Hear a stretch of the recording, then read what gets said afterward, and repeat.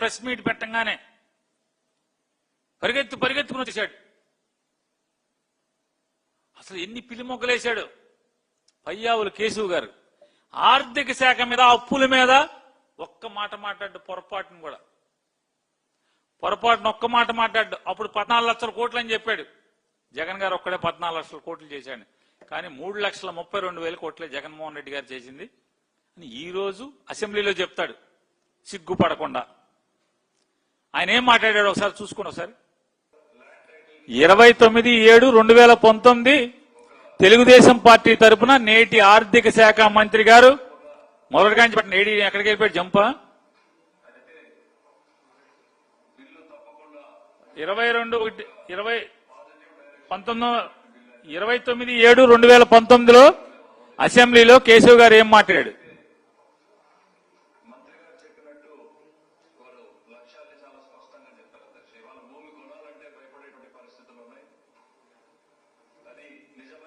Land titling యాక్టే.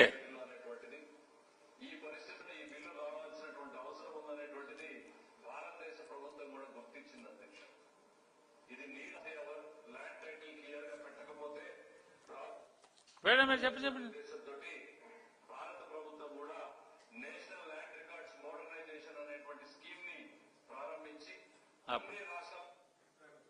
నీతి ఆయోగ్ మాటకి మాట్లాడుతుంటారు కదా.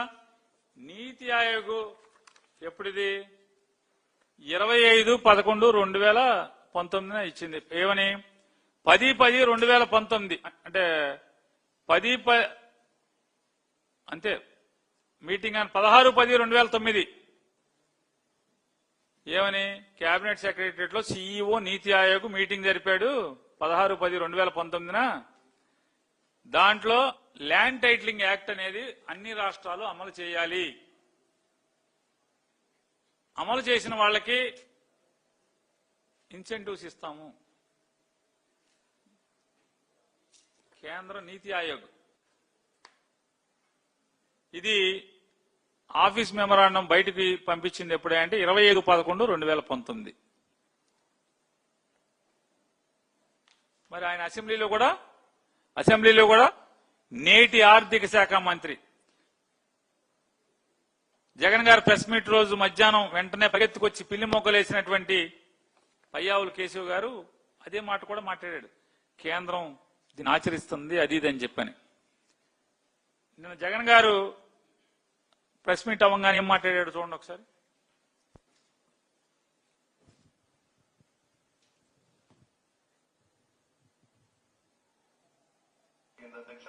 కర్ణాటకలో భూమి పేరుతో ఈ ప్రాజెక్ట్ ఇప్పుడు ఇంప్లిమెంటేషన్ లో ఉంది అధ్యక్ష. మంత్రి గారు మాట్లాడుతూ ఇట్లాంటి ఎక్కడైనా ఉందా లేదా ఇట్లాంటి ముందుకు జరుపు ఇంకా మన దేశానికి కొత్త కావచ్చు కానీ ముందు జరుపు చేస్తే దేశంలో కూడా ఇంకా జరుపు ఇక్కడ స్టార్ట్ అయింది ఇంకొంచెం ముందు అక్కడ ల్యాండ్ టైటిలింగ్ యాక్ట్ ద్వారా మీరు దోపిడీకే ప్రయత్నం చేశారు. చివరికి రేపు మావే అని చెప్పుకున్నా కూడా దిక్కులేనటువంటి పరిస్థితి ఇచ్చారు. ల్యాండ్ టైటిలింగ్ యాక్ట్ లో ఉద్దేశాలు ఏవో చెప్పారు. చివరికి వచ్చినప్పటికి మీ అనుయాయులందరినీ అందులో వేసుకునే రకంగా మీరు అమెండ్మెంట్లు చేసుకునేటువంటి పరిస్థితికి వచ్చారు.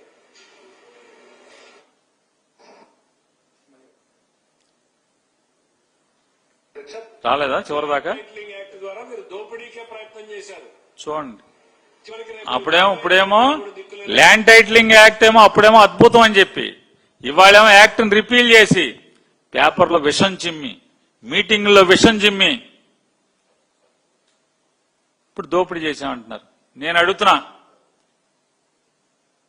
నారా చంద్రబాబు నాయుడు గారిని లేదా రెవెన్యూ మినిస్టర్ గారిని లేదా ఆర్థిక శాఖ మంత్రి గారిని, జగన్మోహన్ రెడ్డి గారి ప్రభుత్వంలో ల్యాండ్ టైటిలింగ్ యాక్ట్ ద్వారా రైతుల ఆస్తులు ప్రజల ఆస్తులు దోచుకుంటే 2 ఏళ్ల నుంచి గుడ్డి కుర్రానికి పళ్ళుదవుతున్నారా? మీరందరూ ఏం చేస్తున్నారని అడుగుతున్నా.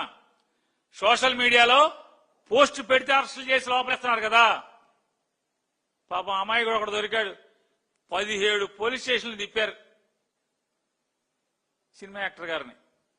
17 పోలీస్ స్టేషన్లు ఏంటి అంటే ప్రెస్ మీట్ లోనో లేదా సోషల్ మీడియాలో మాట్లాడాడంట. ఇంత అదే పోసాని గారులేండి, వాళ్ళకి అర్థం అవుద్దని చెప్పి చెప్తున్నాను నేను, పేరు చెప్పకుండా. పోసాని కృష్ణమురళి గారిని అంత కాల్చుకు తిన్నారు. ఆడపిల్లల్ని సోషల్ మీడియాలో పోస్టులు పెట్టారనేటువంటి దాంతో హైదరాబాద్ నుంచి ఎత్తుకొచ్చి, అరే 33 పదులు అమ్మాయి ఆడపిల్ల కన్న కూతుర్ని భర్తని ఎదురుగుండా నుంచోబెట్టి గుడ్డును కన్నా హీనంగా కొట్టారే, బట్టలు ఉన్నాయో కూడా లేకుండా కొట్టారే సోషల్ మీడియాలో పోస్ట్. మరి ఈ రాష్ట్ర ఆర్థిక శాఖ మంత్రి మేము భూములు కాజేశాం ల్యాండ్ టైటిలింగ్ యాక్టివిటీ అన్నాడు. ఇది చావలేదా మీకు అని అడుగుతున్నాను, చావలేదా? భూమి ఎవడెవడైతే మేము వైఎస్ఆర్ కాంగ్రెస్ పార్టీ వాళ్ళం రైతుల భూములు ప్రజల భూములు ల్యాండ్ టైటిలింగ్ యాక్ట్ పెట్టి అడ్డగోలుగా మేము ఎత్తేసాము, మేము తస్కరించాము. ఏం చేయలేవు ఎందుకు పోతున్నారు ఇప్పుడు 2 ఏళ్లలో ఏం చేయలేదు ఎందుకు నేను అడుగుతున్నాను. దేవుడి ఈషన్ మాత్రం కూడా మీకు సిగ్గుపెట్టలేదా అని అడుగుతున్నాను మీ ప్రభుత్వానికి, మీ ప్రభుత్వం నడిపే వాళ్ళకి. ల్యాండ్ టైటిలింగ్ యాక్ట్ పేరుతో మేము భూములు కాజేస్తే ఏం చేస్తున్నారు మీరు అని అడుగుతున్నాను. ఇప్పుడు దాకా ఏం చేస్తున్నారు? చర్యలు ఉండవా? ఎవడెవడైతే ల్యాండ్ టైటిలింగ్ యాక్ట్ని పెట్టి మా వాళ్ళు వైఎస్ఆర్ కాంగ్రెస్ పార్టీ గారు వాళ్ళు జగన్ మనుషులు భూములు ఎత్తేశారు, రైతులు భూములు ప్రజల భూములు దొబ్బేశారు, ఆ సహకరించిన ఉద్యోగస్తులను ఏం చేస్తున్నారు, ఆ సహకరించిన జిల్లా కలెక్టర్లను ఏం చేస్తున్నారు, ఆ సహకరించిన సర్వేయర్లను ఏం చేస్తున్నారు, సహకరించిన ఎంఆర్ఓలను ఏం చేశారు? ఇప్పుడు దాకా ఆస్తులు కొట్టేసిన వాళ్ళని వైఎస్ఆర్ కాంగ్రెస్ పార్టీ నాయకులను ఏం చేశారని అడుగుతున్నాను. అలా చెప్పి చెప్పి చెప్పి చెప్పి కదా ఇవాళ జనం బాధకి కారణమైన వాళ్ళు మీరు. అరే వీళ్ళ చెప్పుడు మాటలు విని వీళ్ళు చిమ్మిన విషయాన్ని తలకెక్కించుకుని ఓ మంచోడిని పోగొట్టుకున్నారా అని వాళ్ళ జనం బాధపడే స్థితికి తీసుకొచ్చింది ఈ చెప్పుడు మాటలే కదా అంటున్నా. జగనెత్తేసాడు, జగనెత్తేయడం సర్వేలోనే అరెకరం 10 ఎకరాలు ఉంటే రైతుకి అరెకరం తేడా ఉంటది, అది సర్వే అప్పుడున్న యాక్యురసీ అది. కానీ ఇవాళ ఉన్న యాక్యురసీ అట్ట కాదు. ఇప్పుడు చేసి జగన్మోహన్ రెడ్డి గారు తీసుకొచ్చిన సిస్టమ్ ప్రస్తుతానికి ప్రపంచంలో అద్భుతమైన సర్వే. ఈ సర్వే ఇలా అద్భుతమైన సర్వే అని చెప్పి తర్వాత ఎవరెవరు మాట్లాడారో మాట్లాడుకుందాం. మీరు రేపో మాపో చీఫ్ సెక్రటరీ చేయబోతున్నటువంటి మీ ప్రభుత్వం రేపో మాపో చీఫ్ సెక్రటరీ చేయబోతున్నటువంటి గతంలో మా అప్పుడు రెవెన్యూ సెక్రటరీగా పనిచేసినటువంటి అంతకుముందు చంద్రబాబు నాయుడు గారి పేషీలో ముఖ్య అధికారిగా పనిచేసినట్టు ఆయన ఈ సర్వే గురించి ఏం మాట్లాడారు ఒకసారి చూడండి. ఒకసారి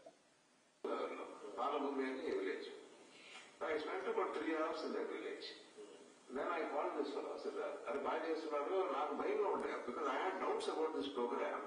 ఏమైనా విలేజ్ లో గలాటా లేకుందేమో వాడు సెంటర్ పోవాలని వెంటనే I found I very comfortable. I felt it's good. I told as such బాగుంది, బాగా చేస్తున్నారు. తర్వాత జాయిన్ అయినాక 2 విలేజెస్ వెళ్ళాను మళ్ళీ గుంటూరు జిల్లాలో. I talked to farmers, then I saw what they're doing. I was very comfortable that this is a program which as and when it is completed, we will get good name for the government. So now all doubts I lost. అది sir Sai Prasad గారు ఏం చెప్పారు? 2022లో revenue సెక్రటరీగా వారు చేరారు. ఏం చెప్పారు? నేను రెవెన్యూ సెక్రటరీగా రాకముందు నాకు ఈ జగన్మోహన్ రెడ్డి గారి సర్వే మీద చాలా అనుమానాలు ఉన్నాయి. చేరిన తర్వాత రెవెన్యూ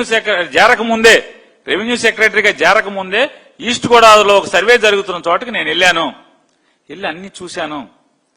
చూసిన తర్వాత అరే బలి చేస్తున్నారే, నేనేదో చాలా అనుమానాలు ఉన్నాయి తప్పులు జరుగుతున్నాయేమో అనుకున్నాను, చాలా సమస్యలు వస్తాయి అనుకున్నాను. లేదు చాలా బ్రహ్మాండంగా జరుగుతుందని చెప్పని సిద్ధార్థ్ జైన్ అనేటువంటి అప్పటి సర్వే కమిషనర్ కి ఫోన్ చేసి నేను చెప్పాను అని చెప్పారు. తర్వాత ఏమన్నారు?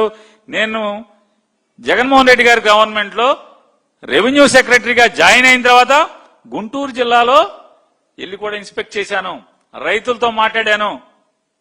ఆయన ఏమన్నాడు? పాత survey 5% plus or minus survey, అది ఇది యాక్యురేట్ సర్వే.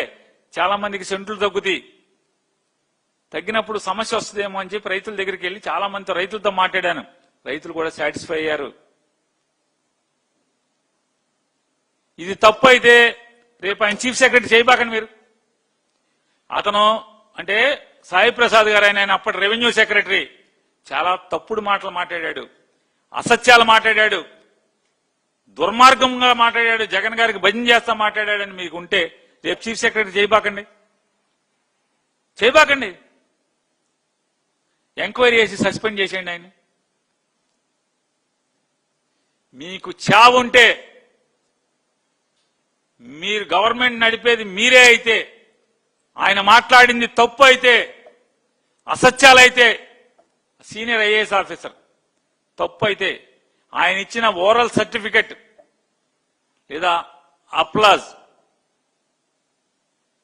అది భజనే అయితే, ప్రజల్ని మోసం చేసేదే అయితే అని మీద లీగల్ గా చర్యలు తీసుకోండి.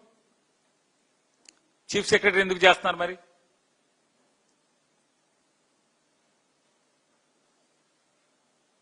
ఆయన ఎవరు? మీరు పెద్దానికి చెప్తా ఉంటారు ఇప్పుడు రెడ్డి రెడ్డి అని. ఆయన రెడ్డి కాదా బాబు, మనవాళ్లే, తెనాలే. మా తెనాలి కాదు, మీ తెనాలే. ప్రసాద్ తెనాలి కాదు, చంద్రబాబు తెనాలే.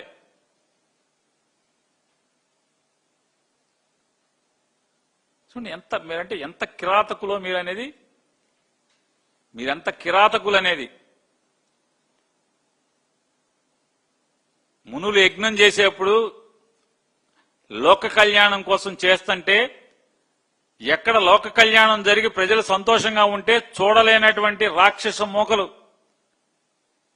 శివము నెత్తురు యజ్ఞంలో పోసేటువంటి వాళ్ళకి మీకు తేడా ఏమైనా ఉందా అని అడుగుతున్నాను. అలవాటే కదా, కార్యకర్తల దగ్గర నుంచి నాయకుల దగ్గర నుంచి, కార్యకర్తలను గాని, తెలుగుదేశం నాయకుల్ని గాని, చంద్రబాబు నాయుడు గారి చుట్టాలను గాని, ఇటేపోళ్ళని అటేపోళ్ళని లేదా రాష్ట్ర ప్రజలను గాని పడిపోయిన ప్రతిసారి, పదకపోయిన ప్రతిసారి నేను తప్పులు చేశాను, నేను తెలుసుకున్నాను, నేను మారాను అని చెప్పి ప్రతిసారి చెప్పుకోవడం వల్లటే కదా. ఇప్పుడు కూడా చెప్పండి, పదవిలోకి రావడం కోసం జగన్మోహన్ రెడ్డి గారి మీద విషం చిమ్మాము, కానీ మేము పదవిలోకి వచ్చాక ఇదంతా కరెక్టే చేశాడు జగన్మోహన్ రెడ్డి అని చెప్పండి. చెప్పే ధైర్యం ఉందా అని అడుగుతున్నాం మీకు.